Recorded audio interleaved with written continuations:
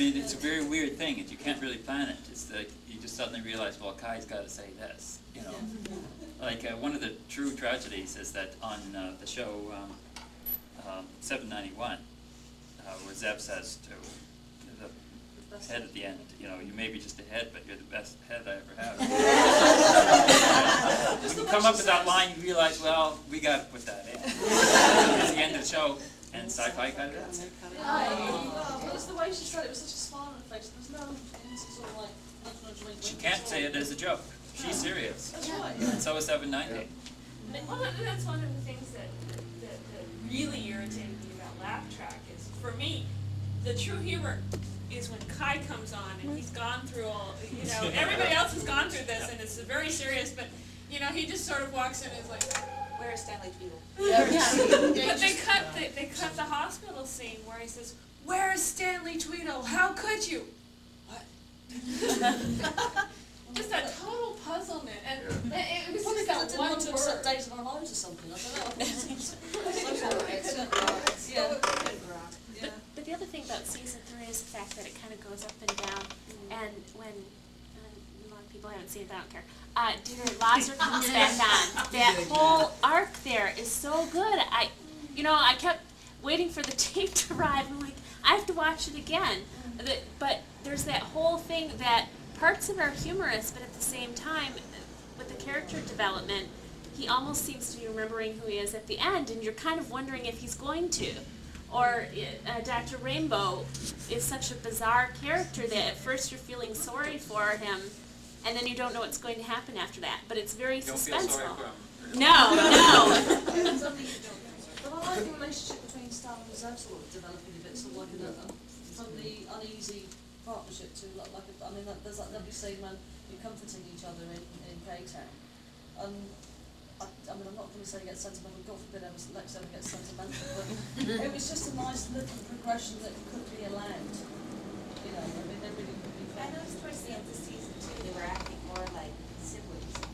You know, the occasional squabble, but boy, I'm glad you're okay. Well, they are a bit like siblings. That's where they've ended up. It's a dysfunctional family. Yeah. It's a very, you know. And Lex is the family dog. You know, I'm not okay. You're not okay. I have a coworker I converted, and we've been talking about season 3, and she's sort of like, you know, what truly is wonderful is the character development. I mean, if her favorite episode of season 3 was the beach. I mean, for her that was the ultimate episode because that started so many great discussions. I was like, yes, something really good and theosophical in me, and we just ran with that. but the thing is, I noticed in some ways some of the negative comments I got were, well, it's not as action-packed. We wanted the action and the plot. And in some ways, the female fans were here going, well, we've got character development. The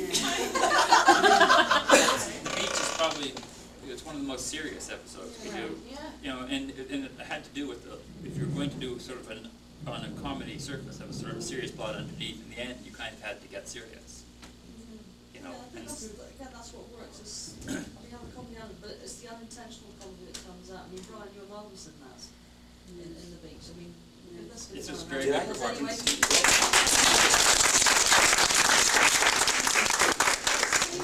Wait till you see the outtakes tomorrow.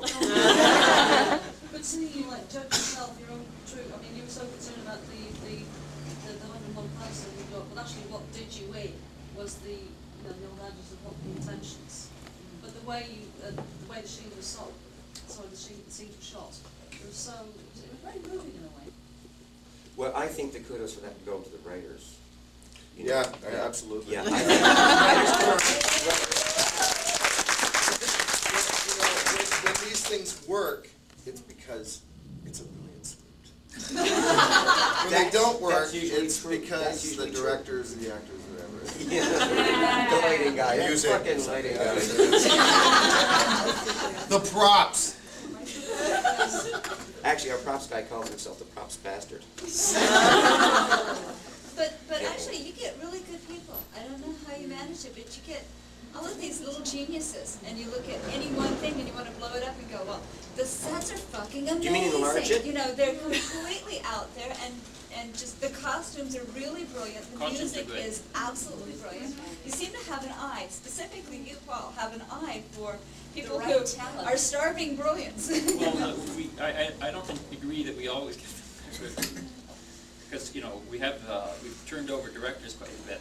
You have, okay, you have some And we've often felt exceptions, that, things could be better. But you do have an eye, or you seem to have But what I an think ability to get some what we really try and do is we try and say, well, we don't want to make the safe and obvious choice. This person, they're a TV hack, they're kind of okay, they do that and they deliver. They never are interesting and they're never incompetent. Like, one of the people that was a big risk was Jörg Buttgereit, who did 791. I'm a fan of his stuff. I mean, it's completely, utterly dark and twisted. But he had no experience in television. And it was a very difficult process for him to work in a television constricted environment, and instead of working with a 4 or 5 man crew, there were 75 people on the set, and you've got to go like this. Whereas he really needed to walk around the block 4 times before deciding where the camera would go. So that was difficult, yet at the same time, I think he contributed a little bit of an edge to 791 that someone who did Golden Girls might not have. So also, perhaps having less money from making more creative, but not having a big Hollywood budget, do you think that probably added to the creativity side of things as well? Is the fact that you had to, of course, you had to utilise better. Do you understand my point? Yeah, well, you know, yes and no. We could make it look more slick by making safer choices. And our budget's not that low, it hasn't been. But because we try and do, instead of 5 special effects, we put in 250. Or 500. Or over 600 in one show. That's in an hour battle. of television, that's In amazing. an hour of television. Whereas if you take a normal television sci-fi thing, if you said we're going to have 20 special effects, they say, well, once in the season you can do that. And the rest are recycles. Then you take risks. So if we just pulled back and did fewer risks, it would look slicker and less interesting. So from the time that you got the first concept of Lex back, it was just on the drawing board, has it exceeded your expectations or met up to them, or? I don't know. I can't remember back that far. short-term memory. It's become something on its own. A beast of its entire, yeah, I mean, because television is a collective art, and you have to give up certain things. You know, like my job really is called showrunner, and but you know, I can't do everything. It's not like a film director.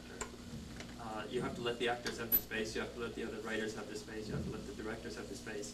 And sometimes I'm not happy with, let's say, I'll never work with that bastard again.